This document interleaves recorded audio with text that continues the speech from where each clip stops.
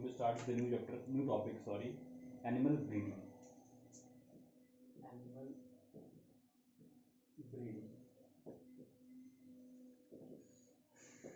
See, अगर हम देखें तो टाइम के बेसिस पे देखें तो एनिमल में ब्रीडिंग जो होती है वो डिफरेंट टाइप की हो सकती है. फॉर एग्जांपल जो है कुछ एनिमल्स ऐसे होते हैं जो सीजनल ब्रीडर्स हो सकते हैं, या कुछ एनिमल ऐसे होते हैं जो कॉन्टिन्यूस ब्रीडर्स होते हैं.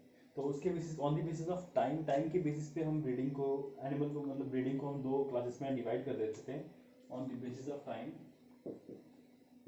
On the basis of time breeding in animals, breeding in animals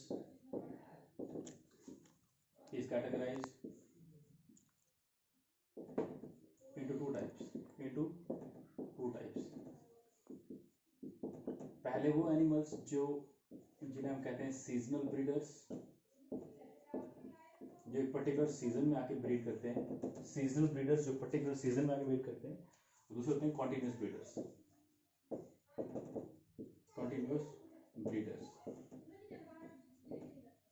okay, वो एनिमल्स जो मतलब ब्रीड करेंगे एक पर्टिकुलर टाइम पीरियड पे, किसी एक ईयर के पर्टिकुलर टाइम पीरियड पे जो ऑर्गेनिज्म ब्रीड करते हैं उन्हें बोलते हैं सीजनल ब्रीडर्स. और वो ऑर्गेनिज्म जो continuously through out their life breed करते रहते हैं उन्हें बोलते हैं कॉन्टिन्यूस ब्रीडर्स. ठीक है, which breed at particular time period in a year. इसमें एग्जाम्पल आती है हमारे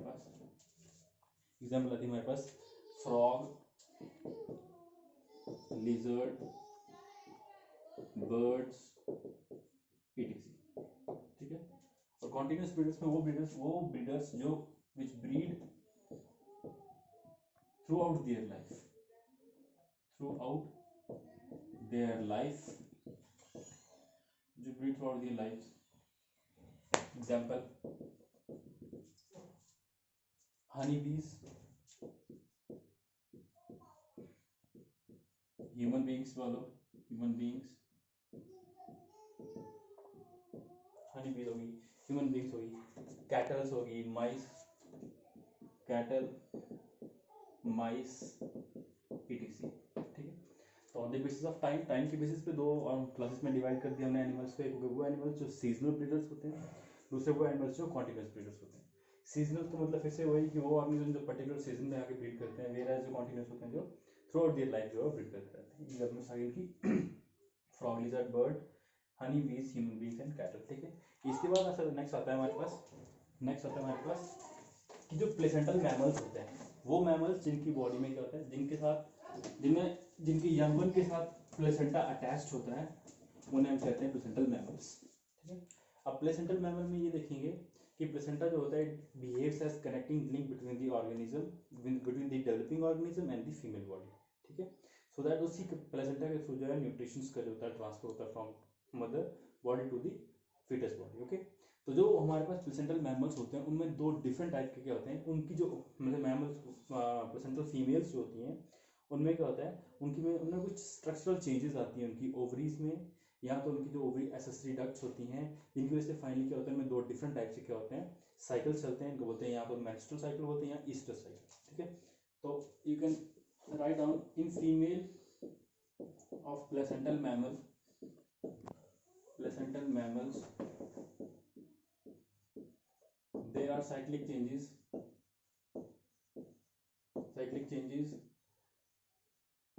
in their ovaries, accessory ducts and hormones